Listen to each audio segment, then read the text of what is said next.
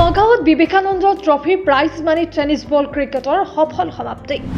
ৰক্ষক 11 চেম্পিয়ন। সমগ্ৰ ভাৰতবৰ্ষই স্বামী বিবেকানন্দৰ জন্ম জয়ন্তী তথা ৰাষ্ট্ৰীয় যুৱ দিৱস উদযাপন কৰাৰ সমান্তৰালভাৱে অখিল ভাৰতীয় বিদ্যাৰ্থী পৰিষদ ABVPৰ নগাঁও নগৰ শাখাৰ উদ্যোগত শুক্ৰবাৰে সফলতাৰে সমাপ্তি ঘটা Vivekananda trophy prize money tennis ball cricket প্ৰতিযোগিতাত ৰক্ষক 11 চূড়ান্ত বিজয়ী খিতাপ অৰ্জন কৰিছে।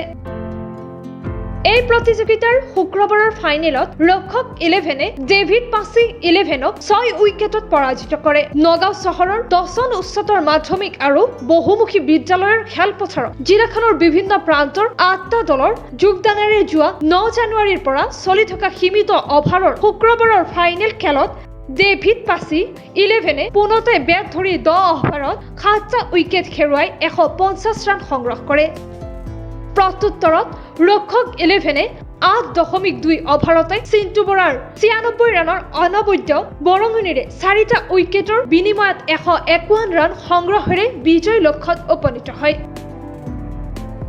এই প্ৰতিযোগিতাৰ অন্তত সামৰণি অনুষ্ঠানত বিশিষ্ট অতিথি ৰূপে নগাঁও সদৰ সমষ্টিৰ বিধায়ক তথা নগাঁও ক্ৰীড়া সন্থাৰ সভাপতি ৰূপক শৰ্মা উপস্থিত থকাৰ লগতে সন্মানীয় অতিথি ভাৰতীয় জনতা পাৰ্টিৰ ৰাষ্ট্ৰীয় পৰিষদৰ সদস্য অসম যুৱ সন্থাৰ উপসভাপতি ভাস্কৰমৰ সভাপতি তথা বদদ্ৰৱা থান পৰিচালনা সমিতিৰ প্ৰাক্তন সাধাৰণ সম্পাদক ব্ৰজেন কাকতি বিশিষ্ট ব্যৱসায়ী তথা ক্ৰীড়া সংগঠক নানু দাস আৰু ABVPৰ ৰাজ্যিক যুটীয়া সম্পাদক কনকলাল দেৱ আদিৰ উপস্থিতিত বিভিন্ন পুৰস্কাৰসমূহ বিতৰণ কৰা হয়।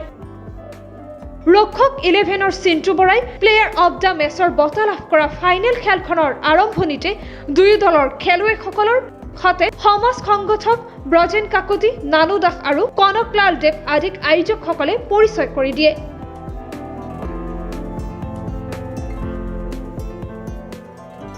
নগাঁৱৰ পৰা দীপশিখা বৰা হাজৰিকাৰ প্ৰতিবেদন অলিম্পিয়া স্পৰ্টছ।